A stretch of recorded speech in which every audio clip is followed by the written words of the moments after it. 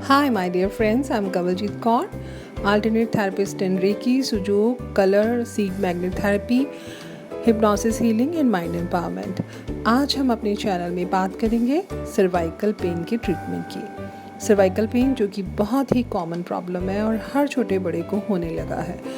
Cervical pain में गर्दन में जकड़न हो जाती है, स्वेलिंग हो जाती है और दर्द होने लगता है और कभी कभी ये दर्द हमारे शोल्डर्स तक भी जाता है और चक्कर भी आने लगते हैं। ऐसा होता है हमारे स्पाइन के पहले 7 वर्टेब्रे में प्रॉब्लम होने की वजह से C1 to C7। तो ये सर्वाइकल पेन के रीज़न्स क्या हैं, ऐसी क्यों पेन हमें होता है। सबसे पहला रीज़न है कि हमारी नेक का गलत पोस्चर होता है। अक्सर हम मोबाइल पे देखते वक्त या फिर काम करते हुए या पढ़ाई लिखाई करते हुए नेक को काफ़ी ज़्यादा बेंड कर लेते हैं, जिसकी वजह से स्ट्रेच होने की वजह से सर्वाइकल पेन स्टार्ट होने लगता है। या फिर कभी कभी नेक में कोई इंजरी होने पर, चोट लगने पर या फिर किसी तरह से स्ट्रेच होने पर भी सर्वाइकल स्टार्ट हो जाता है। इसके अलावा स्पॉन्डिलाइटिस में यानी एज के साथ कई बार डिस्क डीजेनरेट हो जाती है, जिसकी वजह से सर्वाइकल की प्रॉब्लम आ जाती है। तो ये देखते हैं कि कैसे हम अपनी गर्दन का ध्यान रख सकते हैं। तो गर्दन के लिए कुछ एक्सरसाइजेस हैं जो हम रेगुलरली करें तो हम सर्वाइकल पेन से छुटकारा पा सकते हैं। फर्स्ट है गर्दन को रोटेट करना। क्लॉकवाइज और एंटी क्लॉकवाइज डायरेक्शन में धीरे धीरे गर्दन को पूरा घुमाइए।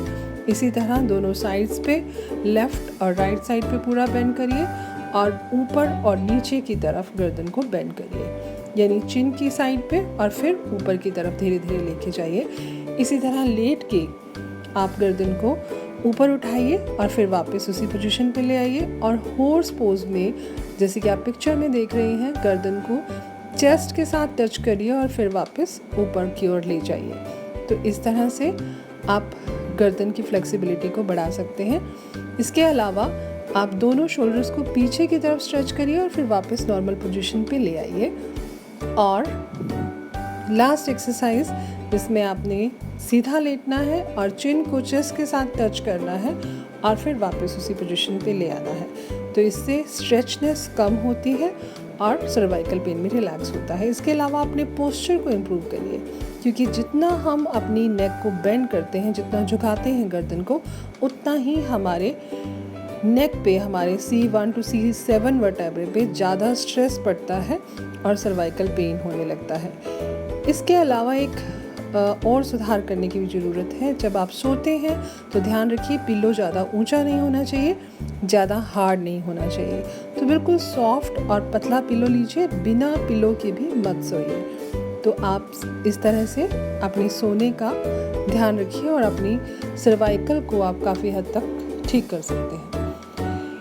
अब हम बात करते हैं ट्रीटमेंट की। सर्वाइकल को ट्रीट करने के लिए आप कोल्ड पैक यूज़ कर सकते हैं। अगर पैक ऐसा नहीं है तो आप तौलिए को आइस कोल्ड वाटर में भिगो के गर्दन पे रख सकते हैं, या फिर इस तरह से बैग या पाउच बना के उसमें कूटी हुई बर्फ़ डाल के आप अपने नर्व्स को रिलैक्स कर सकते हैं।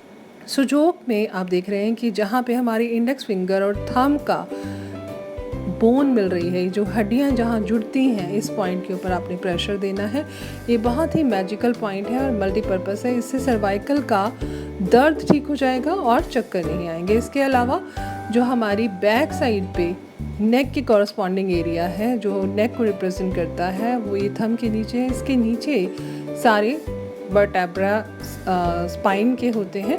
तो आप चेक करिए कि किस वर्टेब्रे में, किस मनके में आपको प्रॉब्लम है और उसके हिसाब से आप वहाँ पे मैग्नेट अप्लाई कर सकते हैं। ध्यान रखिए कि आपको वाइट साइड को स्किन के साथ टच कराना है और येलो साइड ऊपर आनी चाहिए। मैग्नेट अगर आपके पास नहीं है तो आप मूंग दाल सीड या काली मिर्च का दाना भी यूज़ कर सकते हैं।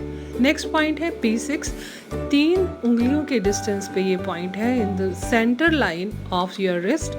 तो आप यहाँ पे ये पॉइंट लोकेट करिए, एक्टिवेट करिए और इसके ऊपर लगा सकते हैं आप चक्रा मैग्नेट, जिसमें वाइट साइड सेंटर में स्किन को टच होनी चाहिए। In the same way middle finger के फर्स्ट जॉइंट पे आप मेथी पट्टी लगा सकते हैं। ये भी नेक का ही कॉरस्पॉन्डिंग पॉइंट है और बहुत रिलीफ मिलता है सर्वाइकल में।